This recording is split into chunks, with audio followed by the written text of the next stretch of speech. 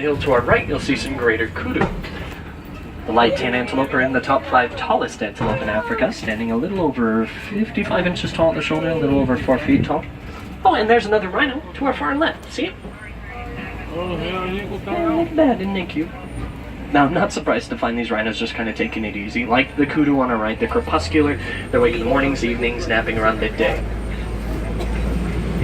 There's actually quite a few animals out here that are like that, but this animal in front of us, the bongo, copper-colored antelope with white stripes, they're usually only awake at night. They're nocturnal. But I'm very glad to see them, especially because they have a baby with them. So we're back along that rocky wall over there, see it? Its ears are as big as its face.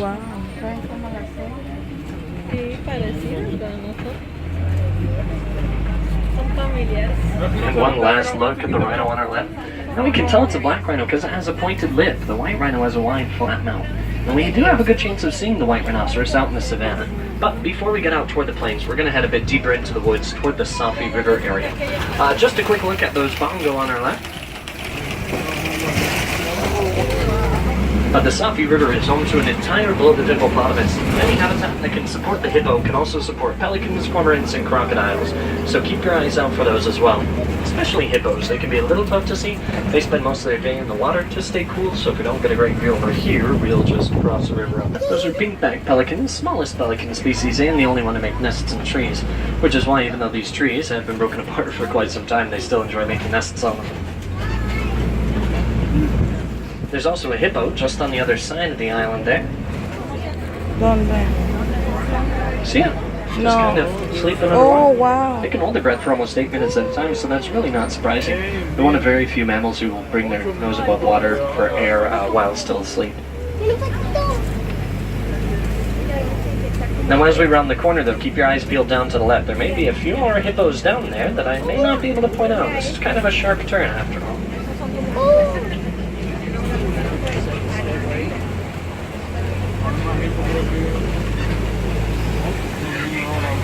Ooh, and I see some Nile crocodiles.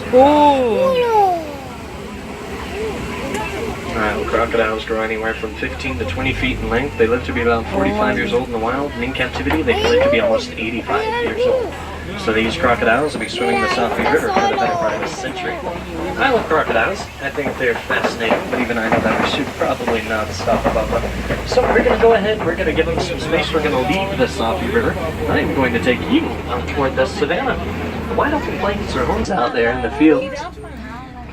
And while I would love to stop and get you some pictures of those giraffes, the Serengeti grasslands are home to millions of animals that travel across these plains every year.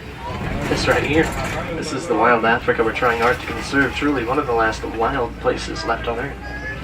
Now before we get out toward the open grasslands, toward those giraffes over there, I'm going to take you by the edge of the woods. We're going to see if maybe we can find a few animals over here might be enjoying the shelter the trees are providing. They sleep a day and they sleep during the day so they can avoid predators at night.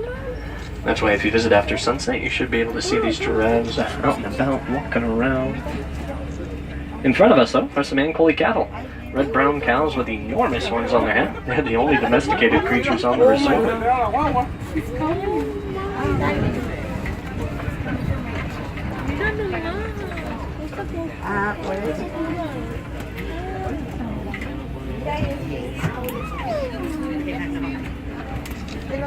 Now the spotted ones are considered lucky, but all these cows are a sign of wealth and prosperity, and that's why the farmers that own them like to own many of them.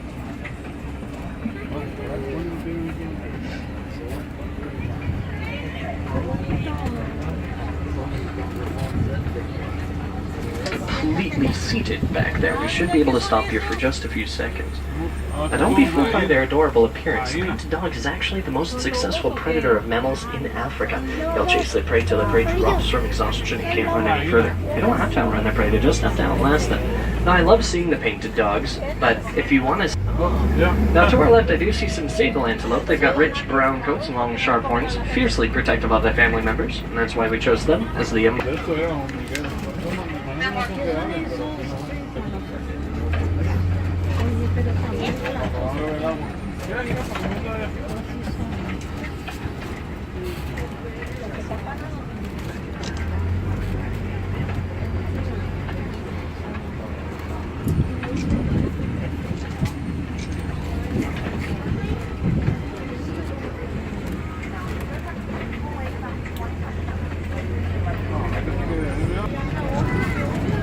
here we are. I'd say it's about maybe a year old. At birth, giraffes stand 6 feet tall and can weigh 150 pounds, and they grow up very quickly. That's why this giraffe is nearly double in size.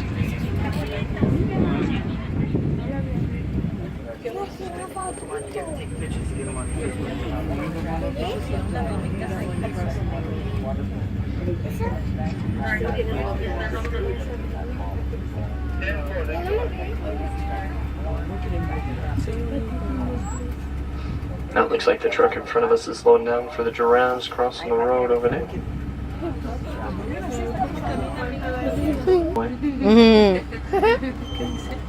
Que como la...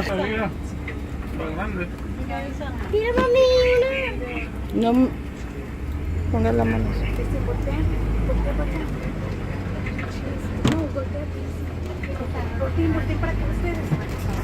Now, while all these giraffe spots might look the same to you and I, they're as different as our own fingerprints. It's how they tell each other apart, a bit like a name tag.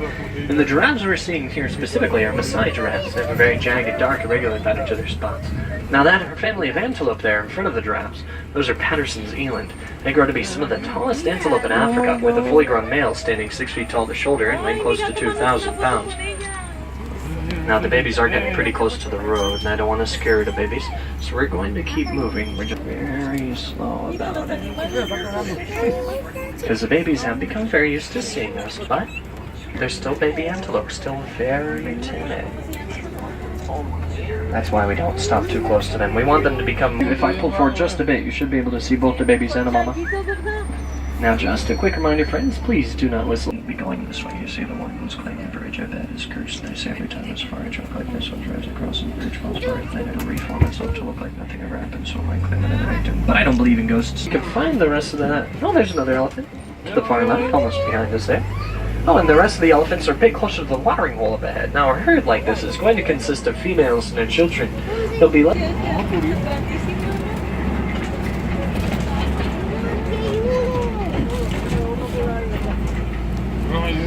to 8 years old. Now, when fully grown, an elephant is rather large, but it takes them quite a bit to be fully grown. They have the second longest childhood in the entire animal kingdom. Their childhood lasts about 13 to 15 years. The only childhood longer than that is a human childhood, lasting about 18 to 20, 25, 30, 35, 40 years or so. Now here on our left I see two very different types of birds. Little white birds with the orange hooked bills. Those are white ibis. They're just vacationing here. Pay no attention to them. White rhinoceros out to our left. Now don't worry, despite this creature's great size and his powerful frame, he's not terribly territorial. Don't mind us being close to them. Now, this rhino definitely knows we're over here. They have incredible hearing and a great sense of smell, but that rhino probably barely sees us. Rhinos can rain, but being around midday, it is a bit difficult to find them out and about, so we'll be looking for them, just might be a bit difficult to see them.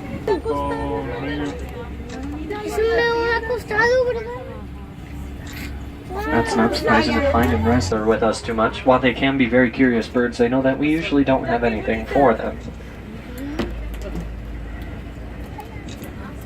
Mira, ahí están los rinocerontes.